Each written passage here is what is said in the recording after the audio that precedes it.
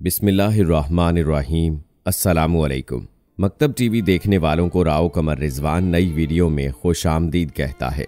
दोस्तों, जन्नतुल बकी से जुमेरात के रोज मुर्दे क्यों बाहर आ जाते हैं, और अगर बाहर आ जाते हैं तो बाहर आने के बाद वो क्या करते हैं? यकीनन ये एक ऐसी बात है जिस पर यकीन करना इंतहाई मुश्किल है, लेकिन जन्नतुल बकी के गोरकन का क्या कहना है और इन मुर्दों की तस्वीर और वीडियोस जो सामने आई हैं वो भी हमने आपको आज की वीडियो में दिखानी है। दोस्तों, ये बहुत ही पुरस्रार किस्म की वीडियो है। सऊदी मीडिया और हुकूमत की पूरी कोशिश है कि इस चीज़ को छुपाया जाए और मंजर आम पर आने से रोका जा सके, लेकिन हमारा एक नुमाइंदा जो वहां पर पहुंचा, उन्होंने मुकम्मल तहकीकात के बाद हमें पूरी तफसील से आगाह किया, और जो पोशीदा हकायक मंजर आम पर आए हैं वो आज की वीडियो में हमने आपसे शेयर करने हैं।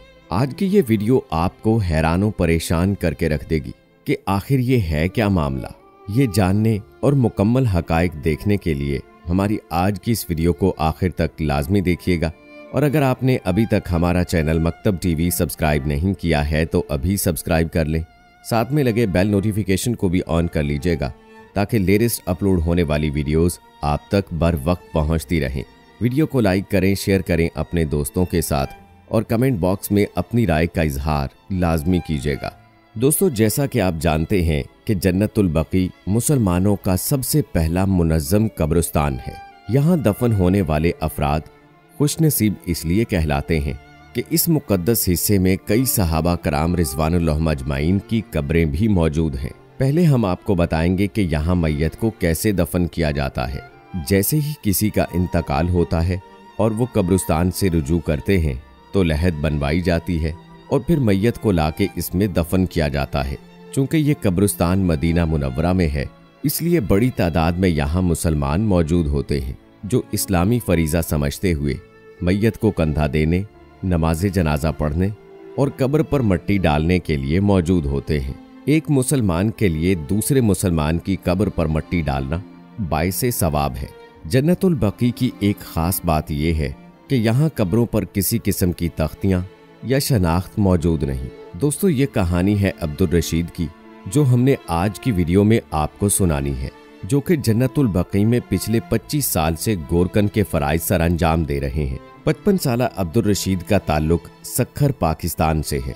अब्दुल रशीद ने शादी की और उससे उनके 2 बच्चे थे। किस्मत की करनी ऐसे हुई कि ये काम के सिलसिले में आज से 30 साल पहले सऊदिया आ गया था, और फिर अल्लाह की करनी ऐसी हुई कि शादी के 10 साल बाद एक रोड एक्सीडेंट में इसके बीवी बच्चों का इंतकाल हो गया।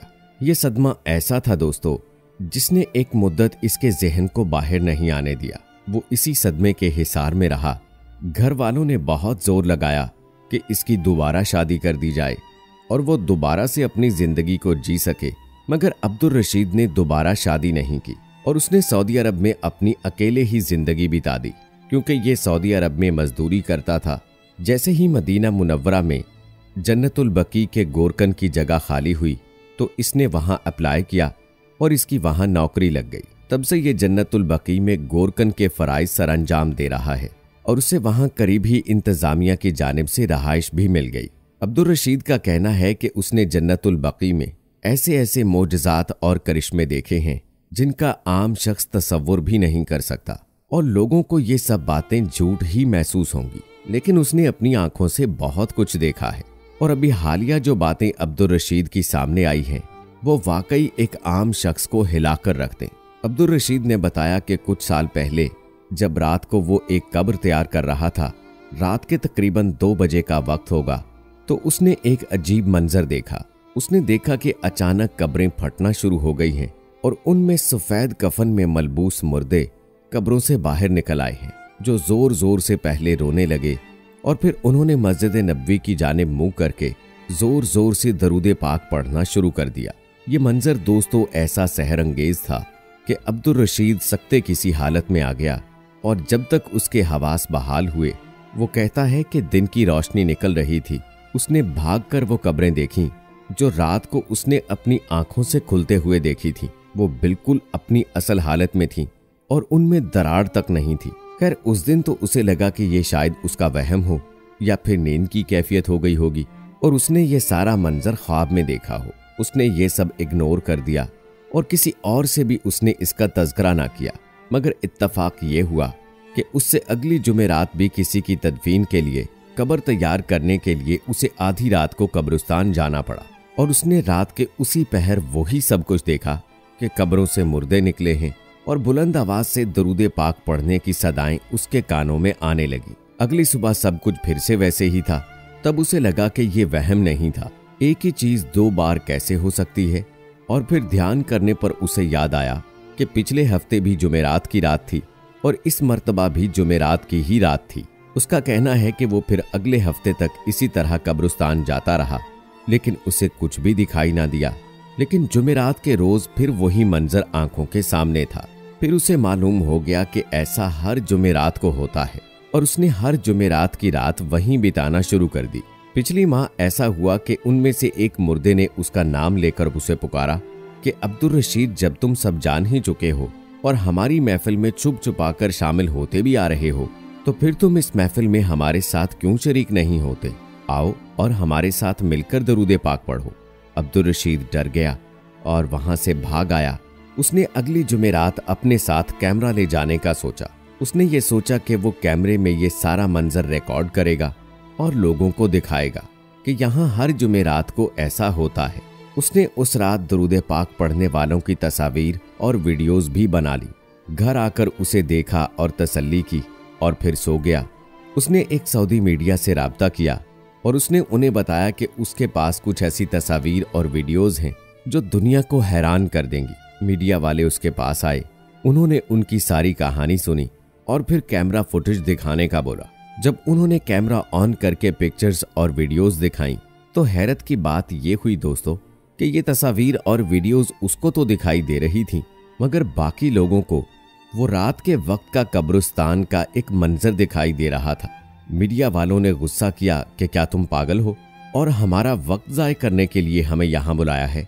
तो उसने कहा कि ये सब मुझे तो दिख रहा है, ये देखें, ये ऐसे है, ये वैसे है।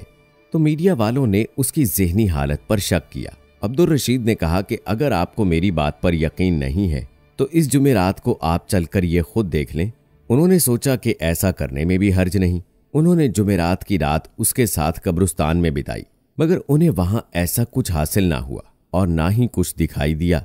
बाद-ए-अज़ां उन्होंने कब्रिस्तान की इंतजामिया से अब्दुल रशीद की ज़हनी हालत का इलाज करवाने के लिए कहा, जिन्होंने इस बात पर उसको नौकरी से फारिग करते हुए मेंटल हॉस्पिटल में दाखिल करवा दिया।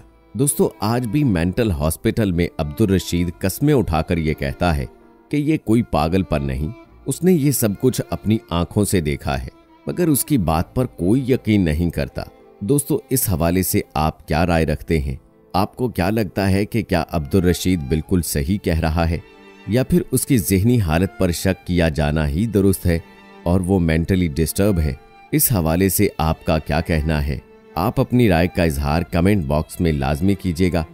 और आखिर में एक मरतबा फिर आपसे गुजारिश है कि अगर आपने अभी तक हमारा चैनल मकतब टीवी सब्सक्राइब नहीं किया है तो ज़रूर सब्सक्राइब कर लें, साथ में बेल नोटिफिकेशन को भी ऑन कर लीजिएगा और साथ में कमेंट बॉक्स में अपनी राय का भी इजहार कीजिएगा। मिलते हैं अगली वीडियो में, तब तक के लिए अल्लाह हाफिज़।